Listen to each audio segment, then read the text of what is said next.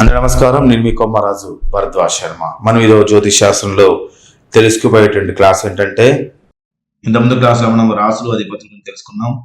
మేషానికి అధిపతి కుజుడు, వృషభానికి శుక్రుడు, మిథునానికి బుధుడు, కర్కాటకానికి చంద్రుడు, సింహానికి రవి, కన్యకి బుధుడు, తులకి శుక్రుడు, వృశ్చికానికి కుజుడు, ధనుసుకి గురుడు, మకరానికి శని, కుంభానికి శని, మీనానికి శని. మొత్తం కూడా మనము వాటి యొక్క రాశి యొక్క అధిపతులు, వాటి యొక్క స్వక్షేత్రాలుగా మనము తీసుకోవడం జరిగింది. ఇప్పుడు మనం చేసుకునే క్లాసులో ఏంటంటే, ఇప్పుడు మనం తెలుసుకునేది మరి ఈ రాశులు ఉచ్చస్థానం. ఉచ్చం అంటే ఏంటంటే గ్రహం అనేది చాలా ప్లస్లో ఉందని అర్థం. ప్లస్ అంటే ఏంటి, మనకు ఆ గ్రహం అనేది మనకి చాలా మంచి చేస్తుందని అర్థం. ఆ దశ వచ్చినప్పుడు అతన్ని పైకి లేపుతుందని అర్థం. ఆ దశలో వారికి యోగాన్ని కలగజేస్తుంది అర్థం. దాన్ని మనము ఉచ్చస్థానం అంటాం. ఉచ్చం అంటే ప్లస్. కాబట్టి ఇంతకుముందు మనం స్వక్షేత్రం తెలుసుకున్నాం. స్వక్షేత్రంలో మీరు ఒకసారి తెలుసుకుంటే, మేషానికి అధిపతి కుజుడు, వృషభానికి శుక్రుడు, మిథునానికి బుధ, చంద్రుడు, రవి, బుధ, శుక్ర, కుజ, గురుడు, శని గురుడు. చూసారా, టక్ టక్ అని చెప్పారు మనం వెంటనే. కాబట్టి వీటిని మన స్వక్షేత్రాన్ని ఇంతకుముందు క్లాసులో చేసుకుంటూ ఉచ్చ స్థానాల గురించి తెలుసుకుందాం.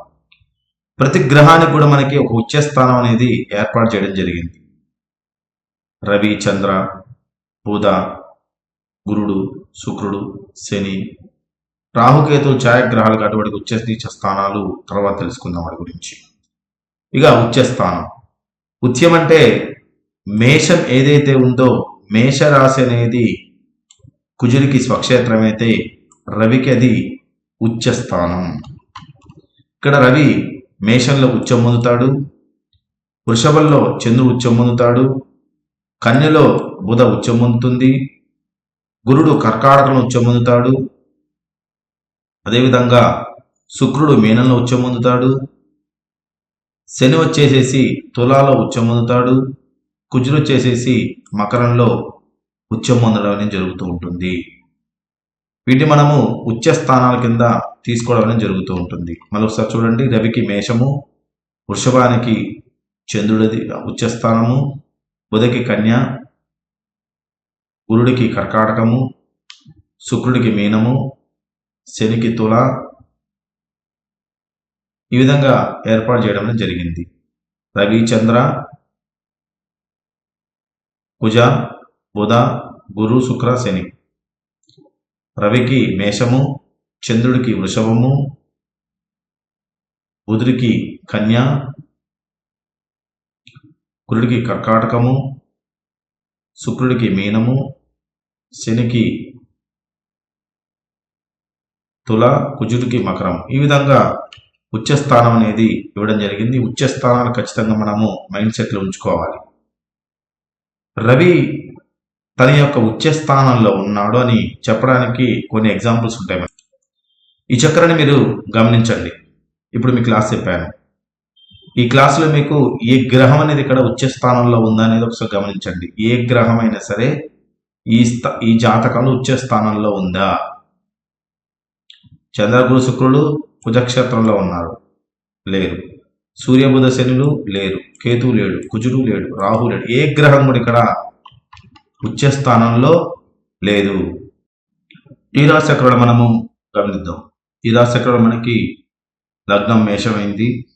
ఇప్పుడు మీకు ఎగ్జాంపుల్ చెప్పండి, ఈ లగ్నాధిపతి ఎవరవుతాడు? మేషానికి అధిపతి. ఈ లగ్నానికి అధిపతి ఎవరవుతాడు? మనకి కుజుడు. కుజుడు ఎక్కడ కూర్చున్నాడు? ఇక్కడ 11వ స్థానంలో కూర్చున్నాడు. కాబట్టి ఈ లగ్నాధిపతి అనేది చాలా బేస్ అన్నమాట మనకి. ఈ జాతకంలో ఒక గ్రహమైన ఉచ్చం పొందిందా? చూడండి ఒకసారి. ఒక గ్రహమైన ఉచ్చం పొందిందా? లేదు. ఈ జాతకం తీసుకుందాం. ఈ జాతకంలో ఒక గ్రహమైన ఉచ్చం పొందిందా? చూడండి జాగ్రత్తగా.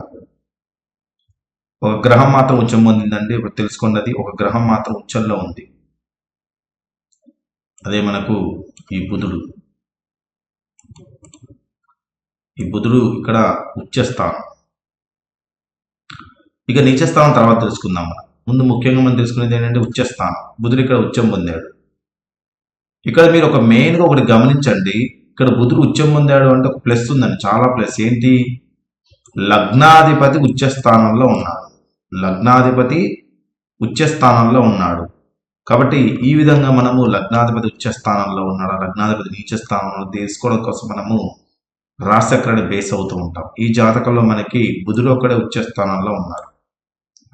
ఇదే శుక్రుడు మనకి ఇక్కడ వెళ్ళి ఉన్నట్టయితే ఇక్కడ శుక్రుడు ఇక్కడ ఉచ్చ స్థానం అవుతుంది, అంతే కదండి. కాబట్టి ఈ జాతకంలో కుజుడికి ఇది ఉచ్చ స్థానము, ఇక్కడ శుక్రుడికి ఉచ్చ స్థానము, ఇది బుధుడికి ఉచ్చ స్థానము, ఇక్కడ వచ్చేసేసి చంద్రుడికి, ఇక్కడికి వచ్చి రవికి, ఇక్కడికి వచ్చి బుధుడికి, ఇక్కడికి వచ్చి శుక్రుడికి, ఇక్కడికి వచ్చి కుజుడికి. ఈ స్వక్షేత్రాలు మీకు చెప్పేది నేను. కుజుడికి, తర్వాత ఇక్కడ వచ్చేసేసి గురుడికి, ఇక్కడ వచ్చేసేసి మనకి శనికి, ఇక్కడ శనికి, ఇక్కడ గురుడికి. ఇవన్నీ కూడా ఉచ్చక్షేత్రాలు, ఇవన్నీ కూడా గ్రహాలకి స్వక్షేత్రాలు.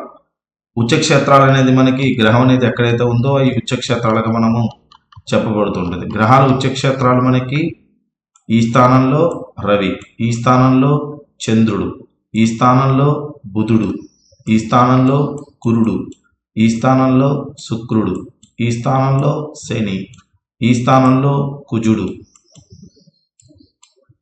అన్నీ వచ్చేసినాయి. రవి, చంద్ర, కుజుడు, కురుడు, బుధుడు. ఇక రాహుని కొన్ని జాచక్రాలలో వృషభం ఏదైతే ఉందో వృషభం అనేది వాళ్ళకి ఉచ్చక్షేత్రంగా తీసుకుంటారు. కేతువుకి కర్కాటకం ఏదైతే ఉందో అక్కడ కేతువుకి ఉచ్చ స్థానంగా తీసుకుంటారు. ఇది మెయిన్ అండి.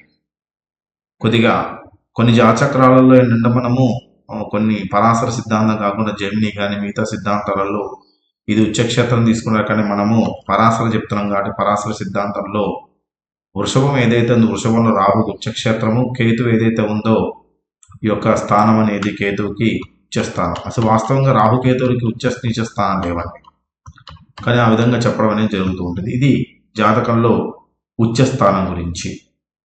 కాబట్టి జాతచక్రంలో మనము ఉచ్చ స్థానాల గురించి స్క్రీన్ షాట్ దగ్గర పెట్టుకోండి, స్క్రీన్ షాట్ తీసుకోండి. స్క్రీన్ షాట్ ద్వారా మీరు వెంటనే రాసుల స్వక్షేత్రం గురించి తెలుసుకున్నాం. మనం రాసులలో గ్రహాల యొక్క ఉచ్చ స్థానం తెలుసుకున్నాం. ఇప్పుడు రాసులలో గ్రహాల యొక్క నీచ స్థానం ఎక్కడ పొందుతాయి, ఏదైతే రాసుందో తన దగ్గర నుంచి 7వ స్థానమే తన యొక్క నీచ స్థానంగా చెప్పబడుతూ ఉంటుంది. కాబట్టి నీచ స్థానం నుంచి తర్వాత క్లాస్ వివరంగా తెలియజేస్తాం. వీడియో లైక్ చేయండి, షేర్ చేయండి, సబ్స్క్రైబ్ అవ్వండి. మీ కామెంట్ మాత్రం ఖచ్చితంగా తెలియజేయండి. మీ Bharadwaj Sharma, MA PhD in astrology. Welcome to Learn Astro and Devotional Bhakti. Please subscribe our channel, get live videos daily.